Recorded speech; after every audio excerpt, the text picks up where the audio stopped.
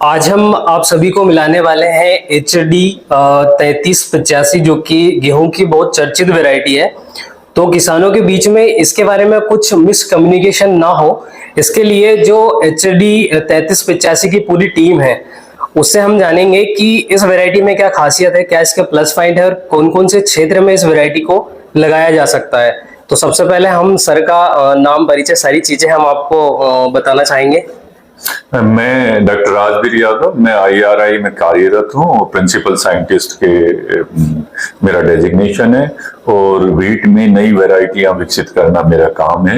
Wheat की कई वैरायटियां जैसे HD 2967 है, 2932 है, 3226 है, HD CSW 18 है, HD 3117 है, HD 3298 है, HD 3171 है, HD 3385, 3390, 3410 ये हमने अपने सर्विस के दौरान इन किस्मों का विकास किया। तो सर आपने बहुत बहुमूल्य किस्में किसानों को प्रोवाइड कराई है। तो विशेषकर आज का जो हमारा वीडियो है इसमें हम सिर्फ किसानों को ये बताना चाह रहे हैं कि जो आपने अभी एक नई वैरायटी बनाई है जो कि बहुत ज्यादा चर्चा का विषय भी बनी है, तो किसानों को इसके बारे में मिसकम्युनिकेशन ना हो। तो इसकी कुछ खासियत और कहाँ कहाँ इसको लगाना चाहिए स्पेशल तौर से, इसका अधिकतम कितना उत्पादन है, न्यूनतम कितना है, कितने पानी देना चाहिए, कितनी सिंचाई करना चाहिए, इसके बारे में थोड़ा सा। देखिए, नंबर एक तो मैं किसानों के साथ बताना चाहूंगा कि भाई हमने जब ये गेहूं की वैरायटी डेवलप करनी शुरू करी तो हमारा एक मकसद था कि कैसे किसानों की आय को बढ़ाएं। जी। तो किसानों की आय को बढ़ाएं और कैसे उनकी प्रोडक्शन को इंश्योर करें ताकि उनकी प्रोडक्शन जो मौसम में बदलाव होता है या डिफरेंट टाइम में सोइंग करते हैं उसको देखते हुए उनके अंदर कम से कम प्रोडक्शन में बदलाव हो, यानी ज्यादा गिरे नहीं अगर मौसम खराब होता है।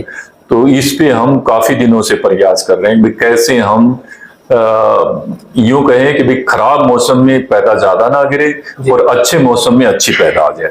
ये हमारा टोटल प्रयास है। और दूसरा हमारा एक ये प्रयास था कि जैसे अगर आप पूरे इंडिया की सिचुएशन देखोगे तो ज्यादातर वीट ग्रोइंग जोन में सबके अंदर वाटर लेवल नीचे गिरता जा रहा है। जी सर। सोयल के अंदर साल्ट की एक्युमुलेशन बढ़ती जा रही है, सोयल की फर्टिलिटी घटती जा रही है।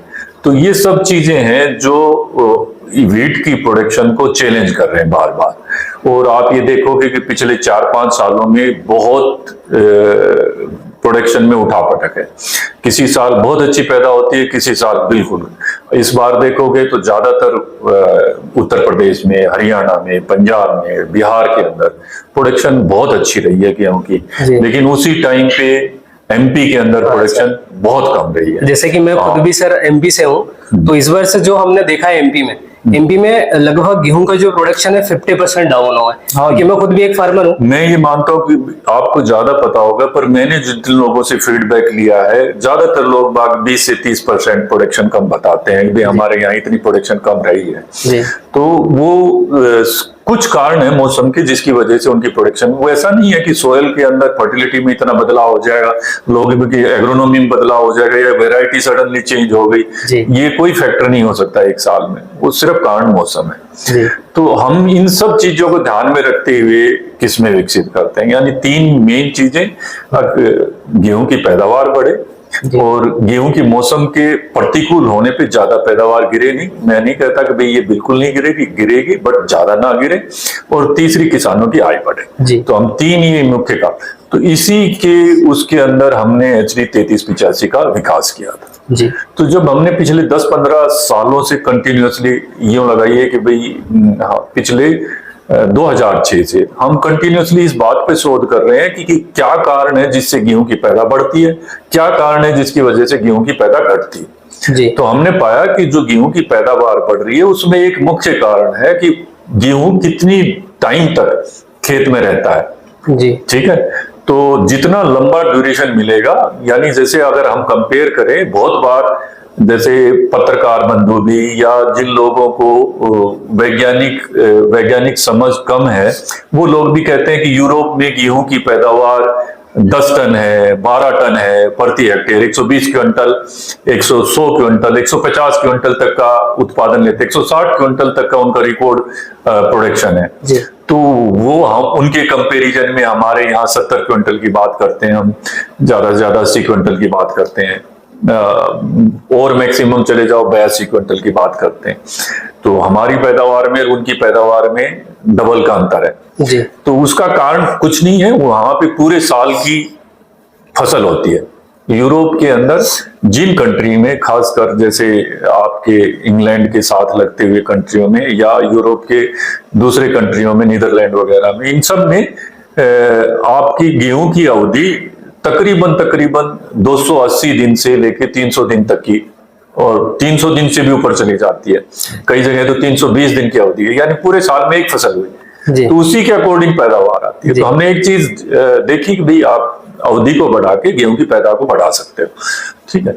लेकिन हमारे यहाँ दिक्कतें क्या है कि जैसे गेहूं की अवधि बढ़ाएंगे, अप्रैल के महीने में टेम्परेचर बढ़ जाता है, अप्रैल के फर्स्ट वीक से बढ़ना शुरू हो जाता है, मार्च के, कई बार मार्च के एंड में, और ये एक ट्रेंड रहता है कि पहले आपका महाराष्ट्र में बढ़ेगा, फिर सेंट्रल इंडिया में यानी एमपी में बढ़ेगा, राजस्थान में बढ़ेगा, साउदर्न हरियाणा में बढ़ेगा, फिर पंजाब में बढ़ेगा। यानी अगर हम देखें तो पंजाब में सबसे ज्यादा टाइम मिलता है, हरियाणा में उससे कम मिलता है, राजस्थान में उससे कम मिलता है, एमपी में उससे कम मिलता है, और महाराष्ट्र में उससे कम मिलता है। तो महाराष्ट्र के वगैरह में 110-120 दिन का टाइम मिलता है फसल को, अगर हम नवंबर की सोइंग करें। और आपका पंजाब के जो फुटिल एरिया है उनमें देखें तो 160 दिन का टाइम मिल जाता है। यही फैक्टर उनकी पैदावार को डिसाइड कर रहा है, 120 दिन और 160 दिन। अगर 160 दिन में पंजाब के अंदर पैदावार अच्छी आती है और 120 दिन में पैदावार कम आती है। लेकिन ये नहीं है कि भाई वहां की प्रोडक्शन, उनकी सॉइल की कैपेसिटी खराब है या लोगों को ज्ञान नहीं है, उन लोगों को सब ज्ञान है, सारी चीजों की समझ है। और ज्यादातर सॉइल में, जितनी अगर सेंट्रल इंडिया की बात करें, एमपी की सॉइल बहुत फर्टाइल है, और एमपी के अंदर जो प्रोडक्शन पोटेंशियल है वो पंजाब से किसी हालत में कम नहीं है। तो एमपी में हम जो पैदा बढ़ाने का हमारे पास एक अच्छा तरीका ये है कि हम उसकी सोइंग को थोड़ा सा अर्ली कर दें। ज्यादातर फार्मर ये मानते हैं कि गेहूं की सोइंग एक टेम्परेचर जब 23 डिग्री के आसपास आ जाए, या 23 डिग्री से थोड़ा 25 और 23 डिग्री के बीच में आ जाए, तब सोइंग करते हैं। तो वो विंटर सेट होने का इंतजार करते हैं, उसकी वजह से वो व्हीट की सोइंग को डिले करते रहते हैं। हम ये कहते हैं कि व्हीट के अंदर जर्मिनेशन के ऊपर ज्यादा स्ट्रॉन्ग इंपैक्ट नहीं पड़ता आपका सोइंग, ज्यादा सोइंग का इंपैक्ट नहीं पड़ता अर्ली सोइंग से, यानी वो एग्रोनॉमी का ज्यादा फर्क पड़ता है। यानी जैसे हम मान लो किसी भी किस्म को अक्टूबर में बोएं, अक्टूबर में बोएंगे तो ऐसा नहीं है कि वो अक्टूबर में बोने से वो किस्म की पैदावार खराब हो जाएगी, गर्मी को नहीं सह पाएगी, ठीक है। क्योंकि अक्टूबर में बोने से उसका अवधि बढ़ जाएगी तकरीबन 20 दिन, ठीक है। तो 20 दिन की अवधि वो 20 दिन की पैदावार में कन्वर्ट हो जाएगी, और वही आपकी पैदावार बढ़ा देता है। अब इश्यू है कि अक्टूबर में बोने के नुकसान क्या रहेंगे फार्मर को। वो एक ही कारण रहता है कि जब अक्टूबर में बोते हैं तो उस दौरान टेम्परेचर ज्यादा रहता है, और बहुत सारे किसान जिनको ये तरीका है कि भाई वो जैसे अक्टूबर के अंदर जब मॉइस्चर कम है धरती के अंदर, यानी गर्मी ज्यादा पड़ती है, ऊपर की सोइल का प्रोफाइल का मॉइस्चर बहुत जल्दी खत्म होता है, तो उसको थोड़ी सी अगर हल्की डेप्थ पे बो दिया ना, यानी कम डेप्थ पे बोया, तो उसका ऊपर का मॉइस्चर उड़ जाएगा, उसमें स्टैंड एस्टेब्लिशमेंट का इश्यू रहेगा, यानी प्रॉपर जमुआर नहीं होगी। बट अगर जो प्रॉपर जमुआर हो गई तो फिर उसके अंदर कोई नुकसान नहीं होगा। दूसरा जो मेजर नुकसान ये है कि ज्यादातर किस्में इस तरह की है जो टेम्परेचर को रिस्पॉन्ड करती है, यानी उनमें टेम्परेचर बाली निकलती है, वो टेम्परेचर के रिस्पॉन्स में निकलती है। अक्टूबर में बोओगे क्योंकि टेम्परेचर ज्यादा रहता है, तो ज्यादातर किस्मों में ज्यादा टेम्परेचर की वजह से उनमें बाली ज्यादा जल्दी निकल आती है, जिसकी वजह से उनकी अच्छी पैदावार नहीं आती। लेकिन हमने जो ये किस्में विकास कर रखी, इन किस्मों में हमने एक खास ध्यान दिया है कि जब हम इनको हाई टेम्परेचर में बोए तो इनके अंदर बाली जल्दी ना निकले, यानी उसी टाइम पे निकलेगी बाली, तकरीबन जो नवंबर में बोई हुई फसल की निकलती है। यानी नवंबर में बोई हुई फसल की बाली अगर से फरवरी में निकलती है तो ये अक्टूबर में बोई हुई किस्मों की भी बाली फरवरी में ही निकलेगी। तो उनको प्रॉपर ग्रेन फिलिंग टाइम भी मिल जाता है, फुटाव का टाइम भी ज्यादा मिल जाता है, और नंबर ऑफ जो बालियां हैं उनकी संख्या बढ़ जाती है।